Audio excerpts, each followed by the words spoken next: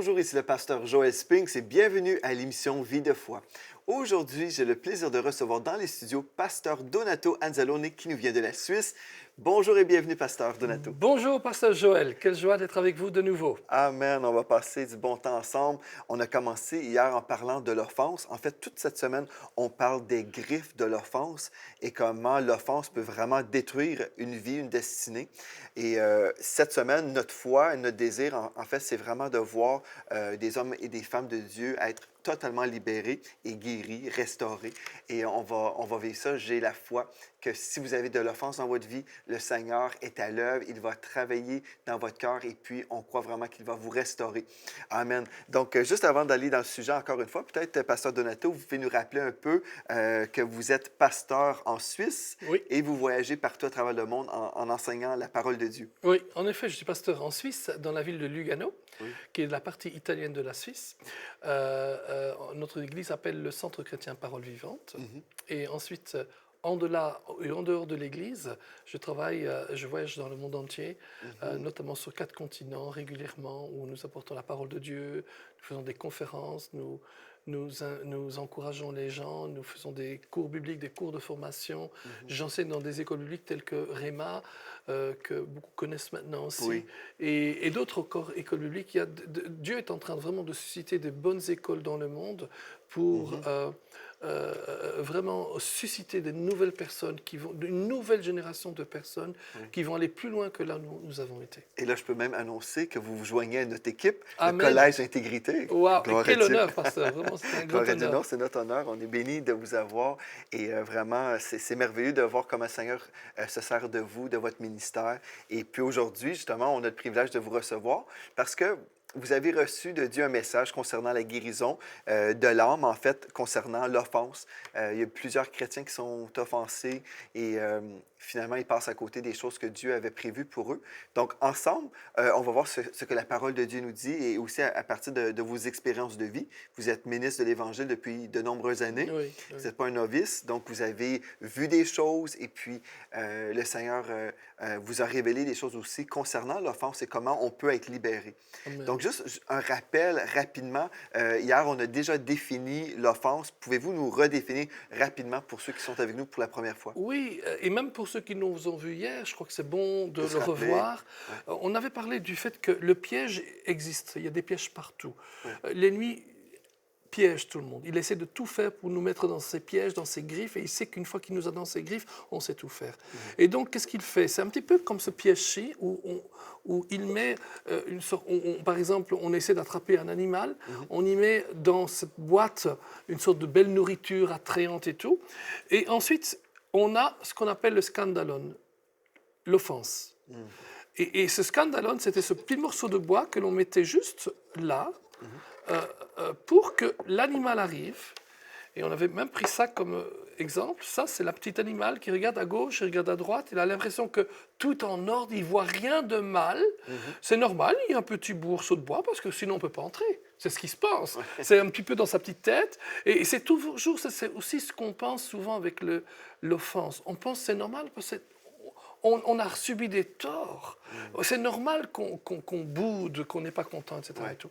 Et puis, il entre dedans et hop là. Et au moment où il est entré dedans, le plus vite possible, qu'est-ce qu'il fait le piégeur, celui qui prend le piège? Hop là. Oh. Ça fait du bruit. Probablement qu'à l'intérieur, il a peur.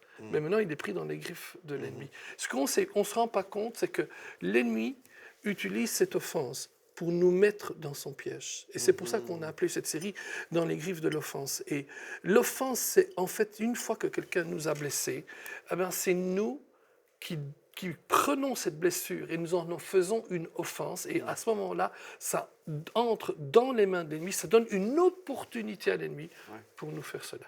Une chose est certaine, nous allons tous être blessés. Nous avons tous été blessés, mais nous ne sommes pas tous offensés.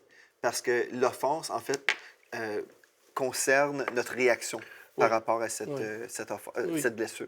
Donc, on peut être blessé, mais après, remettre cette blessure entre les mains de Dieu et relâcher la personne, pardonner la personne qui nous a blessés et puis dire, Seigneur, je reçois les soins du Saint-Esprit et je reçois une guérison. Amen. Et je peux avancer dans ma vie. Mais il y a d'autres personnes qui disent, non, j'avais un droit où j'avais raison et puis je suis dans ma propre justice, je veux me défendre peut-être et puis, bon, je peux devenir amer aussi, en colère et là, même, mon offense peut déborder de ma propre vie et là, je peux parler à droite et à gauche en Mhm. parlant de cette blessure qui est devenue de l'offense et là, je peux contaminer les cœurs Oui, de d'autres personnes absolument. qui vont eux aussi ensuite être offensés En et ils vont effet. peut-être même parler contre la personne qui a Mhm. fait l'offense, qui a été, qui a blessé au tout début. Mhm. Finalement, on est en train d'entrer vraiment dans un monde de pièges et on contamine des vies et des destinées et c'est grave. Donc Dieu veut nous libérer de tout ça, mais on doit pardonner. Oui, on pardonne. Et en fait, dans 1 Corinthiens 13, Mhm. la parole de Dieu parle de l'amour. Oui, Il dit ceci dans 1 Corinthiens 13, le verset 4 à 8. Et je crois que c'est un passage tellement important parce qu'on doit se réaliser que l'amour qui est écrit dans 1 Corinthiens 13 mhm, est déjà dans nos cœurs. oui, Romains 5 le dit très bien. Il a dit qu'avec l'Esprit de Dieu, mhm. le Seigneur a versé son amour dans notre cœur Par le Saint-Esprit. par le Saint-Esprit. Et Mhm, souvent, on pense qu'on n'est pas capable. On se dit, mais non, jamais je ne pourrais aimer comme ça. Jamais je ne pourrais pardonner. On mhm, peut ces choses-là. Regardez un petit peu. Et je crois que c'est bien peut-être de le lire, mais aussi de dire quelque chose de différent. De dire, l'amour est patient, mhm, mais de le dire différemment. De dire, l'amour de Dieu en moi mhm, est patient. mhm. On est d'accord, on va le lire comme Oui, ça. oui. 1 Corinthiens 13, les versets 4 à 8. L'amour de Dieu en moi est patient. Il est plein de bonté. L'amour de Dieu en moi n'est point envieux. L'amour de Dieu en moi ne se vante point. Il ne s'enfle point d'orgueil. Il ne fait rien de malhonnête. Mhm, Il ne cherche point son intérêt. mhm, Il ne s'irrite point. mhm, Il ne soupçonne point le mal. mhm. Vous rappelez-vous qu'on avait dit quelquefois, on s'offense, on peut s'offenser parce qu'on a pensé que l'autre a dit quelque chose Ouais, alors qu'il a dit avec une bonne attitude, c'est ça. sans aucun problème. Ouais. Il ne se réjouit point de l'injustice, mais il se réjouit de la vérité. L'amour excuse tout. Mhm, L'amour de Dieu en moi excuse tout. Ça veut dire que je peux excuser tout. ouais. Hein? Je crois tout. L'amour de Dieu en moi croit tout. L'amour de Dieu en moi espère en tout. Il supporte tout. Il Mhm, supporte tout. Et l'amour ne périra jamais. mhm. Et je crois que la raison pour laquelle je dis cela, c'est que je voudrais que ceux qui nous voient se rendent compte qu'on n'est pas ici pour diminuer quelqu'un ou dire qu'ils n'ont pas raison. Certes, ils ont été blessés peut-être. Mhm. Mais si certains vivent dans l'offense, je crois qu'une bonne solution, c'est de retourner là-bas et de dire, c'est pas ma nature. C'est ça. J'ai la nature de Dieu en moi. Et je peux refuser que mon cœur soit affecté C'est ça. par cela. On ne peut pas contrôler les gens qui nous blessent. Il y a des gens qui vont nous blesser, mais on peut contrôler notre réaction. On Oui. peut contrôler comment nous allons gérer cette blessure-là. Et comme vous mentionnez, l'amour, c'est tellement important parce que des fois, les gens se disent, est-ce que c'est vraiment important de marcher dans l'amour? On entend souvent ce message-là. Je prêche souvent, moi, l'importance de marcher dans Ah oui. l'amour parce que la foi est agissante par l'amour. Si je n'ai pas l'amour, même si j'entends plusieurs enseignements sur la foi, bien, la confession ne fonctionnera pas. Tous les principes qu'on peut mentionner, rien ne Amen. fonctionnera si on ne Amen. marche pas dans l'amour. Et une chose importante aussi dans 1 Jean chapitre 2 et au verset 9, Oui. il est écrit, celui qui prétend être dans la lumière et qui est son frère est encore dans les ténèbres. Oui. Donc, si on se dit chrétien, mais on est notre frère, ou comment dire que nous aimons Dieu si nous n'aimons pas celui qu'on peut voir? Et c'est un texte aussi dans la parole de Dieu. Comment pouvons-nous prétendre aimer Dieu si on déteste notre frère? C'est impossible parce que Dieu est amour. Donc, si je refuse de pardonner, si je refuse, ou même au-delà du pardon, si j'essaie de détruire quelqu'un ou de détruire une réputation, en fait, je suis vraiment dans le camp de l'ennemi, là. Oui. En fait, j'ajouterais peut-être là à ce que vous venez de dire la même chose par rapport à son pasteur. Mm, Certains disent j'aime Dieu, je suis soumis à Dieu, mm, mais mon pasteur. mm, Et alors, on voit qu'il y a des gens qui sont peut-être ont été offensés, ont été blessés, peut-être parce que leur pasteur. Personne n'est parfait, non, donc même pas nos pasteurs sont parfaits. Mais rappelons-nous, si on ne sait pas se soumettre à notre pasteur que l'on voit, comment allons-nous nous soumettre à Dieu que l'on ne voit pas? wow. Ouais. La Bible dit d'ailleurs, pasteur, que dans les derniers temps, c'est Jésus qui le dit dans Matthieu 24, 10. Matthieu 24, 10, il dit, beaucoup trébucheront alors, ils se trahiront, et se détesteront les uns les autres. Voyez-vous, quand on entre dans cette spirale de l'offense et que nous sommes offensés ou que nous laissons la blessure se transformer en offense, qu'en fait, en transformant en offense, la blessure devient un outil dans les mains du diable. Euh, alors nous tombons ainsi dans les griffes de l'offense. Un homme avait dit ceci: si vous vous fâchez, si vous vous offensez et vous continuez en boudant tout le temps et en nourrissant votre blessure, alors vous mourrez. Wow. Mais il y a plusieurs personnes qui veulent s'apitoyer sur leur sort. Oui. Ils vont dire, bien moi, je suis victime de telle situation, j'avais des droits, j'ai vécu des injustices. Oui. Et puis, donc, puisque j'ai raison, j'ai le droit, finalement, d'être offensé. Et je justifie mon offense parce que je peux prouver avec des anecdotes, avec des histoires, je peux tout prouver là, que j'ai raison. Mais pourtant, cette personne peut-être avait raison dans ses blessures, peut-être, mais elle n'a pas raison de demeurer là-dedans et dans le non-pardon. Parce que finalement, c'est elle qui se détruit elle-même par ses choix. Là. Elle choisit de vivre dans l'amertume. Elle choisit finalement d'être empoisonnée. Et c'est impossible de progresser dans la vie chrétienne si on est empoisonné comme ça. Absolument. Il y a une histoire dans la parole de Dieu que j'aime beaucoup. C'est l'histoire de Jacob et d'Ésaü. Vous connaissez l'histoire, Ésaü va être béni par son père Isaac, et Jacob ne veut pas. Oui. Jacob veut prendre la bénédiction pour lui, et donc Jacob va se transformer pour sembler devenir un autre Ésaü. Oui. Et donc Jacob va vers son papa Isaac, et il va dire, papa, c'est moi. Il dit, Isaac dit, viens, approche-toi. Il dit, c'est bizarre, la voix est de Jacob, mais la tête, la peau, et celle d'Ésaü. Vous connaissez l'histoire. Jacob va prendre comment on a dit ça? Il va prendre la bénédiction qui était destinée à Ésaü, et il va s'enfuir parce qu'Ésaü est furieux, il veut le tuer. La mère de Jacob, Rachel, lui dit, pars, tu dois partir, etc. Et, tout. Et il s'en va. Jacob va chez Laban, on connaît toute l'histoire, jusqu'au moment où Ésaü arrive, des années plus tard. Et Jacob a très, très peur. La dernière fois qu'il savait, il savait que son frère voulait le tuer. Oui. Et puis, qu'est-ce qu'il va faire? Il va envoyer les personnes devant lui. Il se cache un petit peu devant tout Préparer le cœur. Comment? Préparer le cœur de son frère. Voilà, pour préparer le cœur du frère avec des cadeaux, etc. Et tout. Mais la Bible dit que quand son frère Ésaü le vit, il l'embrasse. Il lui dit, mais quelles sont toutes ces choses-là? Et il dit, mais c'est pour toi. Pourtant, mon Seigneur dit, mais je n'ai pas besoin de ça. Et puis il dit, regarde comment j'ai été béni en abondance par le Seigneur. Écoutez, Ésaü n'avait plus la bénédiction d'Isaac, mais il avait la bénédiction de Dieu pour une raison, j'en suis convaincu. C'est parce qu'il avait pardonné son frère. Amen. C'est tellement important. Le texte que vous avez lu dans la version second 21, je vais la lire maintenant juste dans la seconde. Oui. Alors, aussi plusieurs succomberont et se trahiront, se haïront les uns les autres. Wow. Donc, ils vont se trahir. Oui. Donc, on va voir beaucoup de Judas là, dans les temps de la fin. Oui. Donc, si on est un enfant de Dieu, on devrait être conscient qu'on vit dans un temps comme ça, où les gens qu'on a aimés, qu'on aime toujours, mais en qui on a placé notre confiance, ces gens-là peuvent nous trahir plus tard. Et c'est notre responsabilité de savoir si notre cœur est pur devant Dieu. Comme Jésus a dit, le Dieu de ce monde n'a rien en moi, ou le prince de ce monde n'a rien en moi. Oui. Donc, on doit s'assurer que notre cœur demeure pur devant le Seigneur et on relâche, on pardonne, on ne parle jamais en mal contre les gens qui nous ont offensés, Absolument. mais nous voulons les bénir. Et même si eux, en retour, peut-être nous maudissent, peut-être ils nous maudissent, on ne connaît pas, mais notre cœur doit être pur devant Dieu et toujours parler en bien des gens. C'est une chose importante, toujours parler en bien des gens qui nous ont blessés ou trahis. Exactement. Mais le verset que vous venez de lire le dit très bien. Pourquoi ils vont trahir? Pourquoi ils vont se détester les uns les autres? Parce qu'ils vont, ce mot trébucher, c'est de nouveau scandalizo. Ils vont entrer dans l'offense. Et en entrant dans l'offense, ils vont trahir. Judas en est la preuve.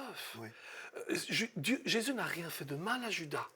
Mais Judas s'est senti offensé quand il a compris que Jésus n'est pas venu pour établir un royaume politique, mais le royaume de Dieu.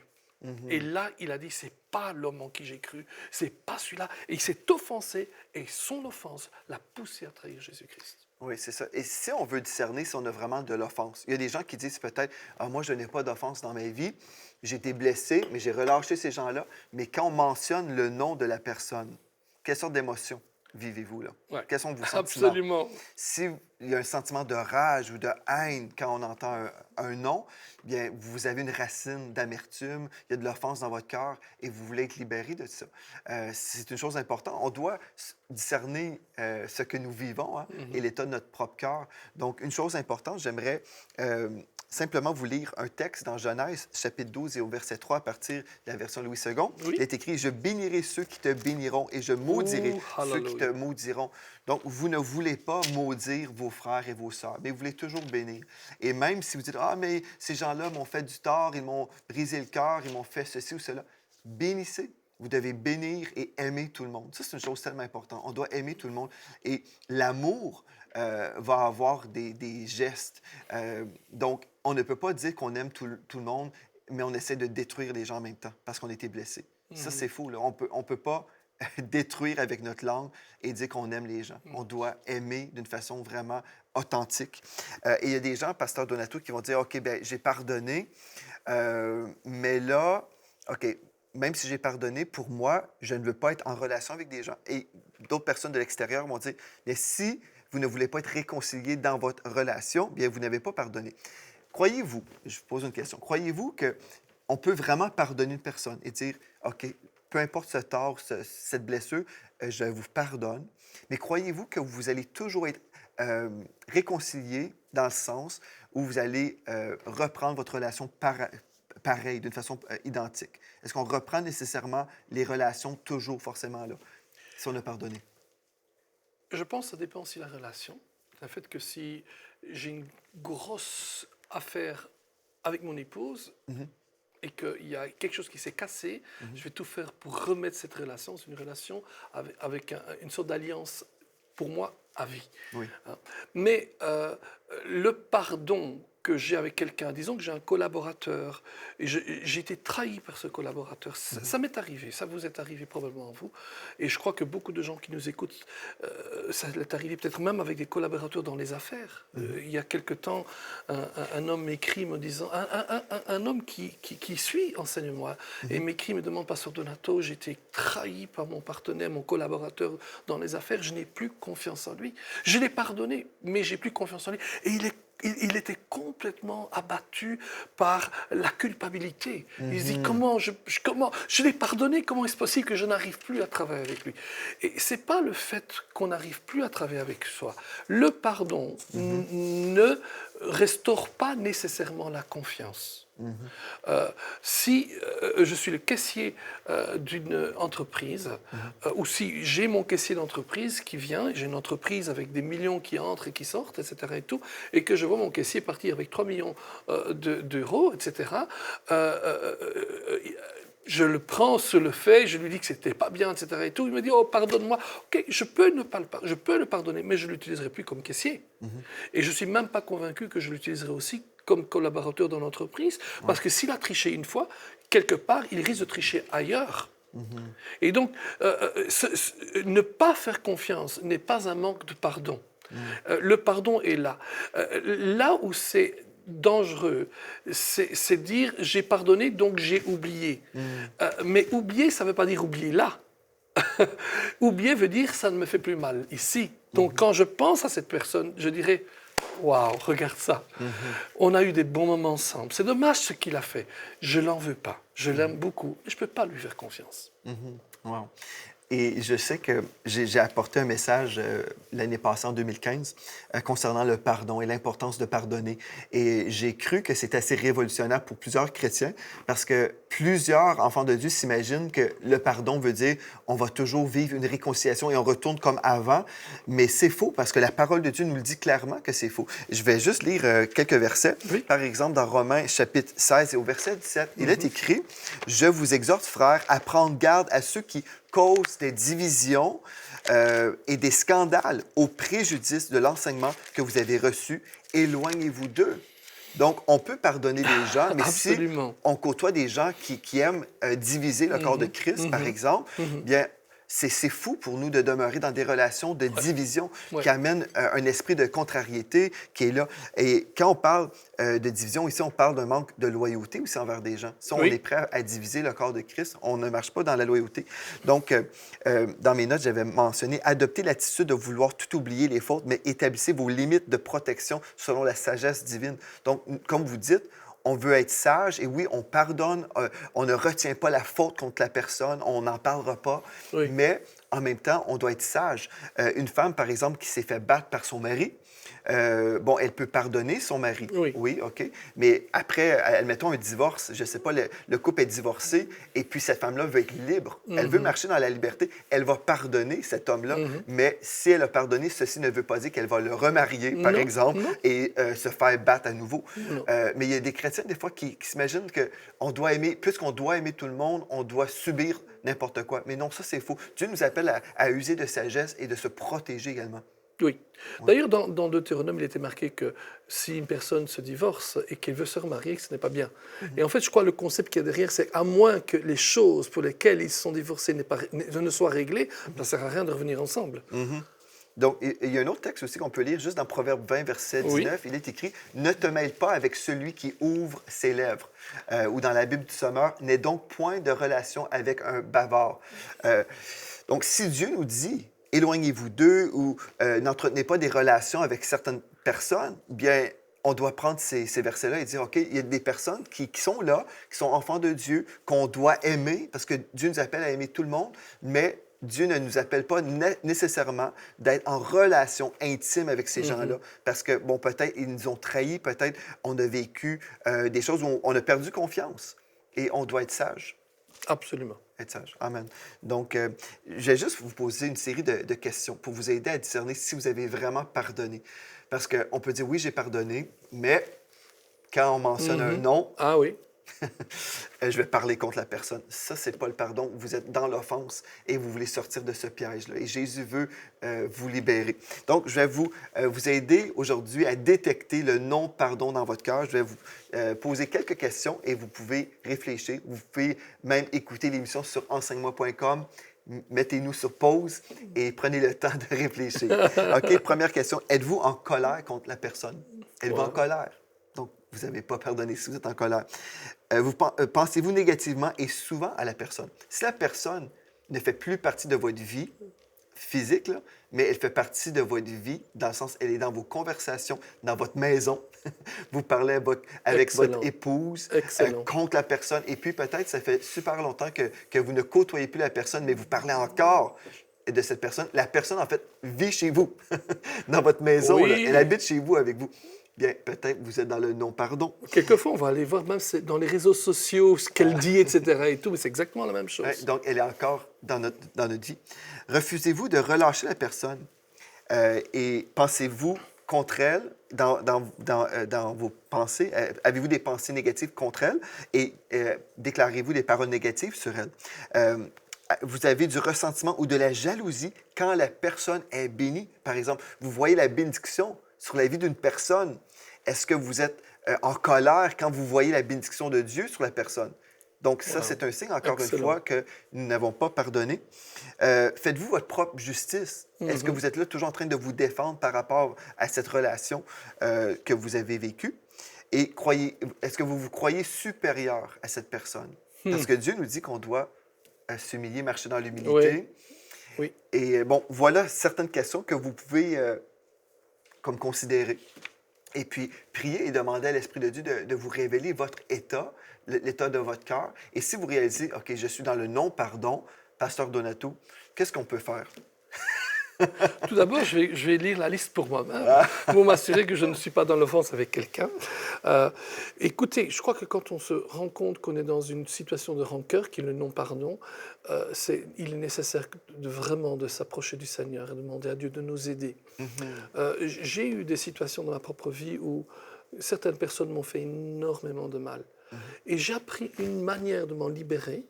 Quand vous dites avez-vous relâché la personne, Ouais. on peut dire aussi l'avez-vous libéré, libéré de votre vie dans un sens, et tout en l'aimant la personne. Dans l'amour, il y a beaucoup de degrés d'amour. D'ailleurs, quand quelqu'un dit j'aime ma femme et puis il dit j'aime mon chien, c'est 2 degrés différents. Je l'espère. Je l'espère aussi. Hein. Pour Donc, l'épouse. ou pour le chien. Oh, wow. Ça dépend. Mais une chose que j'ai toujours fait, si quelqu'un, et je dois dire que pas beaucoup de gens m'ont fait du mal, mais ceux qui m'ont fait du mal, à chaque fois que je pensais à eux, certaines choses là, ouf, ça fait mal. Oh, il va mieux que moi. Ah, ça fait mal aussi. Il est béni. Ah, moi, je suis encore en train de tribuler, etc. Mais une des manières que j'ai pu trouver pour moi, pour m'en libérer, et vraiment les bénir de tout mon cœur, c'est de dire toujours, Seigneur, bénis-les. Oh, Ouais. gloire à Dieu. Ils ont été une bénédiction dans ma vie, puis il y a eu cette affaire-là, mais je ne vais même plus y penser. Bénis-les, Amen. fais-les prospérer, qu'ils reçoivent de nouvelles révélations de toi, même qu'ils aillent plus loin que moi, qu'importe.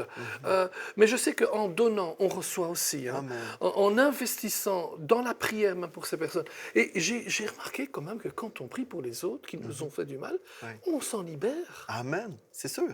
Ben oui, c'est certain, hein. Si je prends le temps de prier pour quelqu'un, bien, le Seigneur va... ben, déjà, l'amour est en moi par le Saint-Esprit, mais on va vraiment ressentir aussi de l'amour. Parce que si on veut voir les gens prospérer, même si ces gens-là ne sont plus dans notre vie, par exemple, mais on prie et on déclare la bénédiction de Dieu. Donc, quand ils sont bénis, on se réjouit, on dit bien, Seigneur, tu es en train de répondre à mes prières. Oui. Donc, c'est une chose importante. Si on veut progresser dans la vie chrétienne, on doit relâcher les gens, on doit pardonner les gens, on doit marcher dans l'amour constamment avec oui. tout le monde, constamment. Et en fait, les gens vont reconnaître que nous sommes enfants de Dieu Amen. si nous marchons dans l'amour. Amen. Dans Jean 13 et au verset 35, il est écrit Jean « À ceux-ci, tous connaîtront Amen. que vous êtes Alléluia. mes disciples si vous avez de l'amour les uns pour les autres. » Mais si on marche dans la haine, sommes-nous vraiment les disciples du Seigneur Jésus? Jésus qui est Dieu et Dieu qui est amour. Donc, si nous sommes enfants de Dieu, nous devrions être des disciples de l'amour. Oui. Mais l'amour ne parle pas en mal contre son prochain. L'amour ne veut pas détruire des vies et des réputations. Donc, on peut discerner notre propre cœur et se repentir si on a besoin de le faire. Et aujourd'hui, j'aimerais ça vous inviter, si on a mentionné des choses aujourd'hui et vous réalisez que vous avez besoin de vous repentir, j'aimerais ça vous inviter à m'écrire. Envoyez-moi un courriel à videfoi@enseigne-moi.com, videfoi@enseigne-moi.com et informez-moi. Dites-moi si vous êtes en train de vivre une guérison, si vous êtes en cheminement de vivre une restauration dans votre cœur, parce qu'on veut se réjouir avec vous. Sachez ceci, on ne publiera pas votre nom sur Internet ou dans les réseaux sociaux, mais on veut savoir que l'Esprit de Dieu est en train de travailler dans vos cœurs parce qu'on veut se réjouir avec les frères et les sœurs qui sont en train de vivre des percées, des délivrances au nom de Jésus. C'est ça, c'est la raison pourquoi nous sommes ici. C'est pas simplement pour parler de ce sujet, mais nous voulons voir des hommes et des femmes libérés et guéris et totalement restaurés au nom de Jésus. Merci, Pasteur Donato, d'être venu à notre émission aujourd'hui. On va poursuivre demain en parlant encore des offenses et comment nous pouvons être libérés. Donc, d'ici à demain, merci d'avoir été là et merci à vous et soyez richement bénis. Cette émission est rendue possible grâce au précieux soutien des partenaires d'Enseigne-moi Canal International. Retrouvez tous nos programmes sur enseigne-moi.com.